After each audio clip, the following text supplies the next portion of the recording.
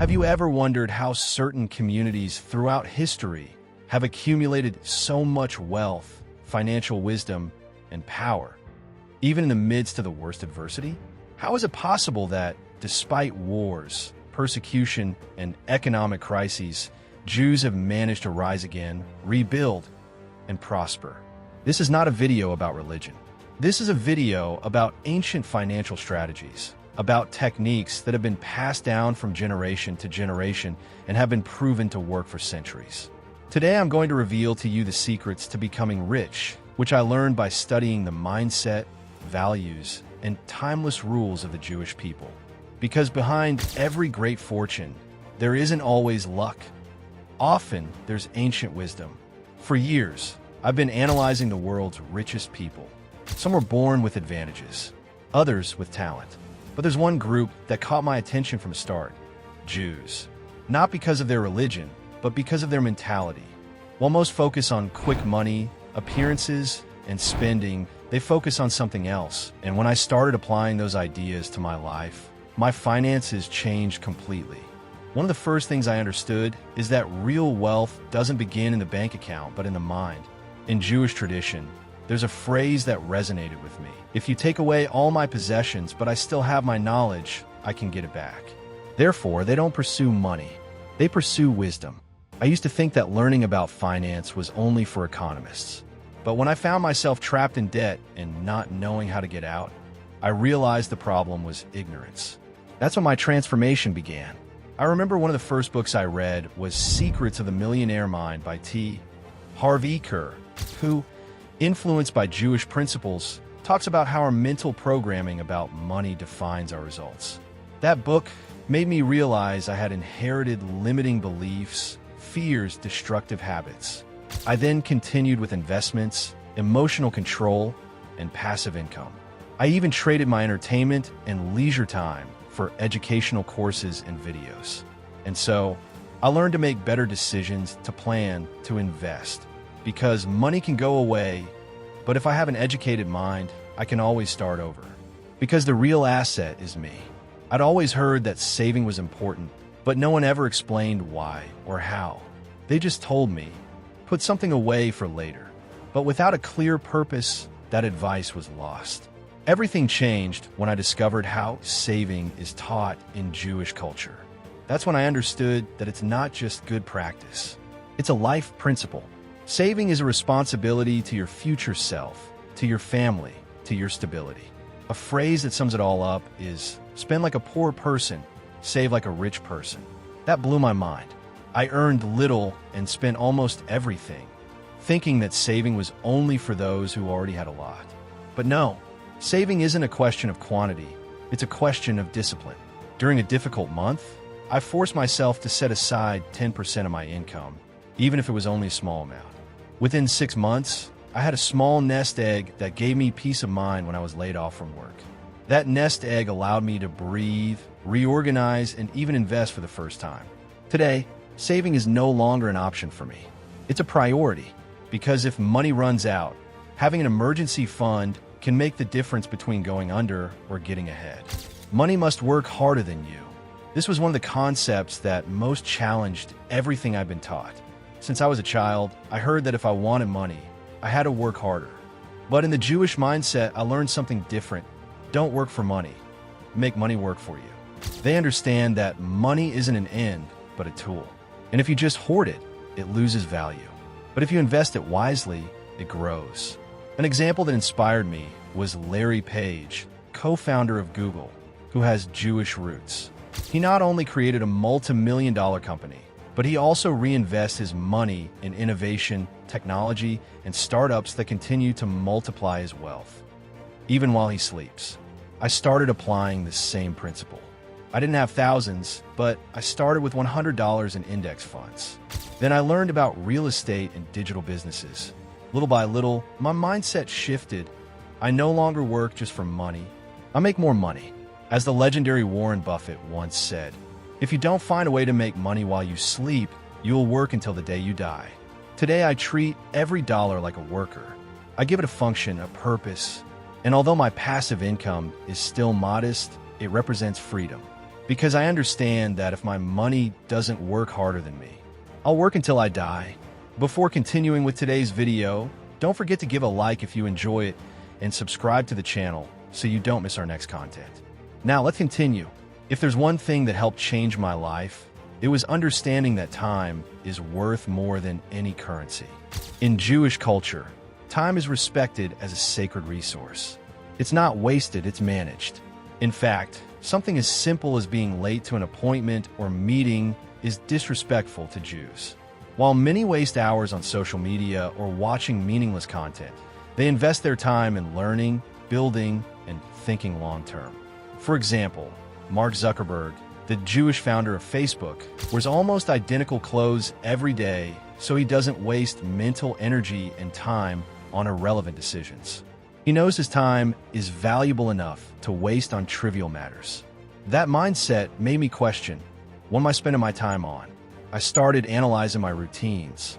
I eliminated distractions, cut down on the amount of time I spent aimlessly in front of the screen, and replaced it with reading, planning, and creating personal projects. It's not about obsessing over productivity, but about living with intention. Every minute that goes by never comes back. Now, before I take any action, I ask myself, is this bringing me closer to the life I want or further away? And that simple question has helped me transform my days into real steps toward financial freedom. The family is the first bank. I was always taught that money wasn't discussed at home. It was an uncomfortable, almost forbidden topic. But when I studied Jewish culture, I discovered that the opposite is true. They talk about money like they would talk about health or education. It's a normal, necessary, and strategic topic. From childhood, they learn about saving, investing, and entrepreneurship. Families function like a bank. If one member wants to start a business, the others support it. Not as a favor, but as a collective investment. A real-life example is the Rothschild family, of Jewish origin, who built one of the world's largest financial empires thanks to the cooperation between siblings, cousins, and entire generations. They didn't compete with each other. They propelled each other. They made me think. I never talked about money with my family before, so I gave it a try. I shared what I was learning and set a goal to save together for a small investment. There were reservations at first, of course, but suddenly something changed. We started seeing each other as a team. Not everyone joined, but some did, and that's enough to start with. Today, I understand that a financially united family is a much more powerful support network than any bank loan. On the other hand, for years, I thought donating money was something reserved for the rich. With just enough money to make, how could I give away any of it? But I discovered that tithing, giving at least 10% of your income, is not only a spiritual practice, but also a strategy for abundance. For Jews, giving is part of financial education. It not only teaches generosity, but also discipline. It trains you to live on less than you earn, and at the same time, recognizes that money is a tool, not a god. One example that inspired me was Michael Bloomberg, a Jewish businessman and former mayor of New York City, who has donated billions of dollars to social causes, especially in education and public health. And while the scale is immense, the logic is the same. Giving back to create more value in the world. I started with 3% and then 5%. I contributed to local causes, helped someone close to me, or supported an educational project. And although it sounds incredible, since I started giving, I also started receiving more. I don't know if it was energy, karma, or mentality, but without a doubt, something powerful was activated. Investing in relationships is worth more than investing in stocks. One of the greatest lessons I learned from studying Jewish culture is that the right people open more doors than any single action. They understand that a solid support network is worth more than 1,000 solo strategies. They recommend each other, collaborate, and grow together. I used to be very individualistic. I believed that the more I did things alone, the more merit I had. But reality taught me a lesson. My first real breakthrough came thanks to an old acquaintance whom I told about a project I had. He liked it so much that he connected me with someone who ended up investing. None of that would have happened if I had stayed quiet, locked away in my own world.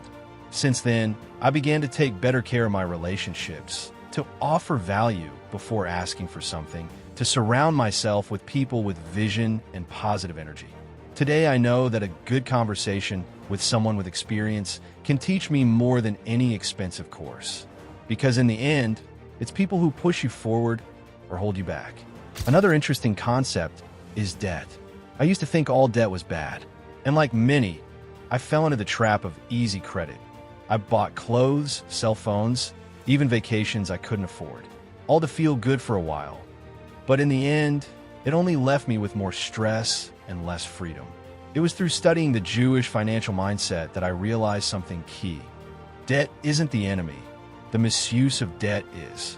They use it as a tool, not a whim. They borrow to grow, not to show off. Since then, I've changed my relationship with credit. Today, if I borrow, it's to invest, never to consume.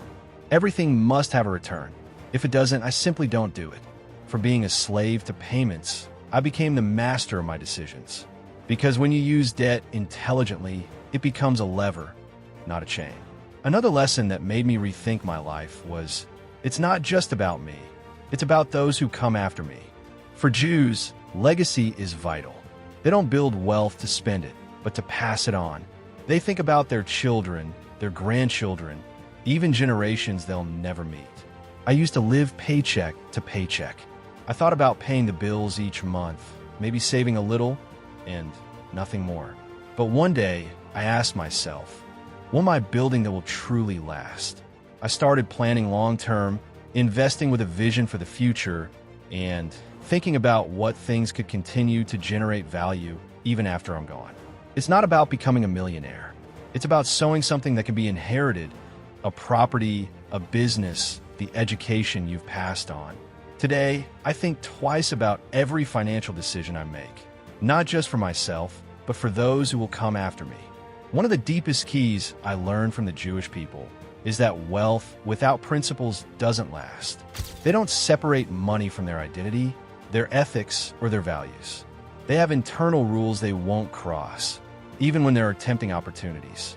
They don't sell their integrity for quick profits, and that has allowed them to maintain their credibility, their community, and their prosperity. It happened to me. In a difficult moment, I had the option to make a quick buck with something that didn't align with my principles. I rejected it. It hurt at the time, but I'm glad I did today. Because true wealth is also measured by how you feel about yourself. I learned that if money forces me to stop being who I am, then it's not worth it. True wealth isn't what you have in your pocket, but what you build with purpose.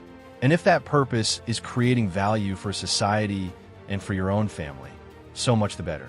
Which of these rules will you apply first to start building your own financial freedom? We'll read your comments. If today's video was helpful to you, don't forget to give it a like and share it with your friends. See you in the next video.